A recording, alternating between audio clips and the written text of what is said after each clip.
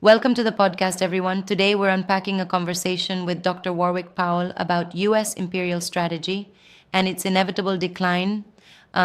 It's like this really layered discussion on U.S. foreign policy dynamics. Absolutely. It's a deep dive. What's striking is how the discussion challenges the idea that the US is simply retreating. Instead, it's more about strategic adaptation, right? Yeah, exactly.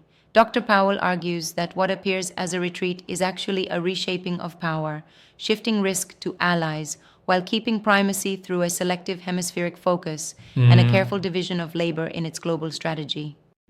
That's really interesting.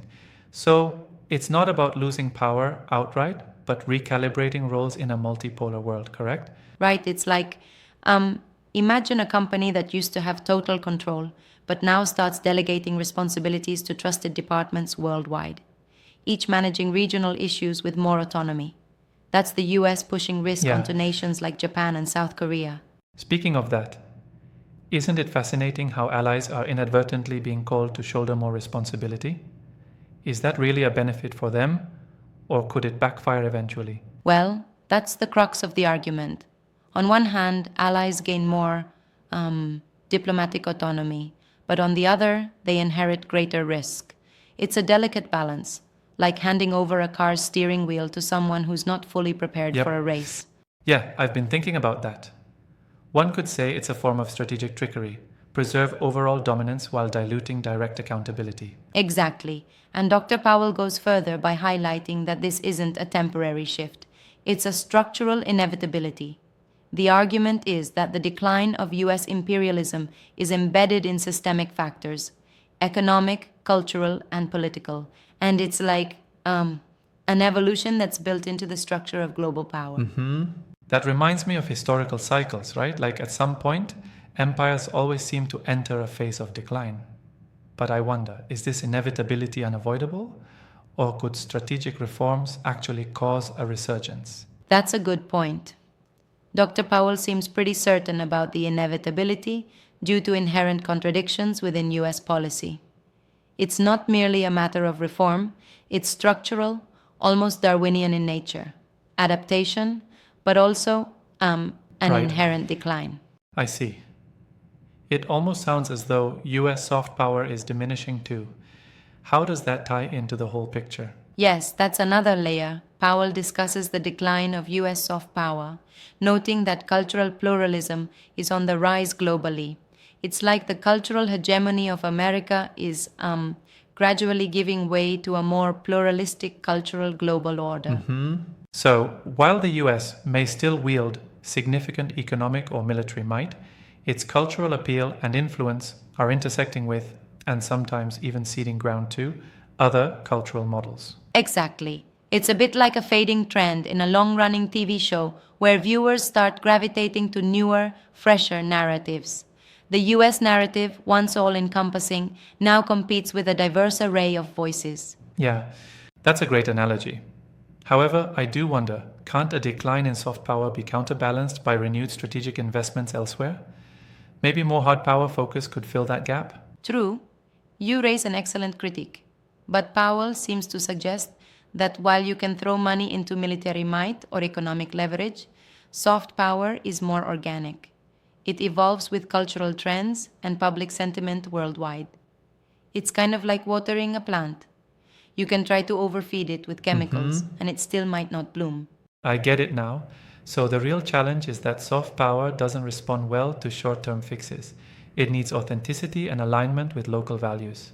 Exactly, and that's why the rising global plurality is so significant.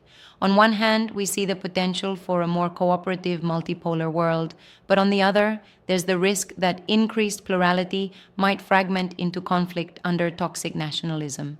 Yep. Toxic nationalism, that really sounds like fuels for internal strife. Is Powell suggesting that the dangers of a fractured, pluralistic society might outweigh the benefits of a multipolar world? In a way, yes.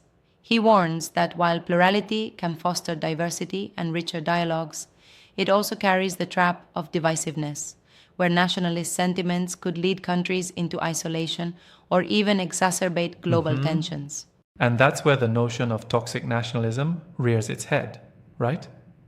where the very diversity intended to enrich the global community potentially turns into a breeding ground for conflict. Absolutely. It's like the double edged sword of modern politics. On one side, you have the promise of inclusive cooperation. On the other, a risk that these differences become so pronounced that they fracture alliances and destabilize cooperation. Right? It makes me think about the historical context of empire, how cultural dominance eventually gave way to movements for independence and self determination in colonized regions. Exactly. History often repeats itself in different guises. The US, in trying to maintain global primacy, might be echoing past imperial overreach, where too much control actually leads to resistance, both internally and among allies. Yeah. So, are we looking at a paradigm shift where the US, instead of dominating globally, might become more of a regional power with a reduced appetite for worldwide intervention? That's one interpretation. Powell hints at this shift being more than temporary. It's embedded into the current global and domestic dynamics. The strategy is less about overt domination and more about strategic delegation, though that delegation comes with risks for others who find themselves thrust into the spotlight. That delegation sounds like a two sided coin. It could empower allies, yet it might also overburden them. Exactly, and it's a scenario that could fundamentally reshape international relations. In the end, what we see is an inevitable decline in the traditional US imperial model, transitioning, in a way, toward a more, distributed form of global order. Right? Interesting. So, what do you think? Does this structural inevitability mean we should expect more conflicts as nations recalibrate, or will it lead to a smoother, albeit more complex, multipolar system? It's a bit of both, honestly. The transition period might create friction and conflicts, like, growing pains.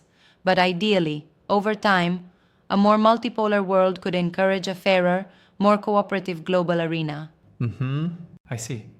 And what about the idea that this decline is not just about external pressures, but also internal factors, such as economic constraints and political divisions? That's a crucial part of it. Powell outlines that internal structural contradictions, inequalities, and perhaps even the erosion of the very promise of American exceptionalism are driving forces behind this shift. It's a bit like a machine slowly wearing out from within as it tries to operate in an ever changing world. Right. So, internal fractures are, in a way, forcing the hand of US foreign policy. It's not a sudden collapse, but rather a gradual systemic transformation. Exactly. And it challenges us to think about power in a completely new light. Instead of an empire on the rise or in rapid decline, we are witnessing an evolution that's going to require everyone, US policymakers and global leaders alike, to rethink traditional alliances and even the definition of power itself. That's a lot to digest. I mean, it's not every day you get to challenge these long-standing paradigms so directly. But what would you say is the most compelling takeaway? For me, it's the idea that structural changes in power aren't just about external competition but also reflect deep internal contradictions. The decline of US imperialism, as argued, is inevitable because the system itself is built on dynamics that no longer align with today's multipolar, culturally diverse global landscape. Yep, that's a powerful perspective. It's like the very model of power is outdated, and no amount of military might or economic clout can mask that internal dissonance forever. Precisely.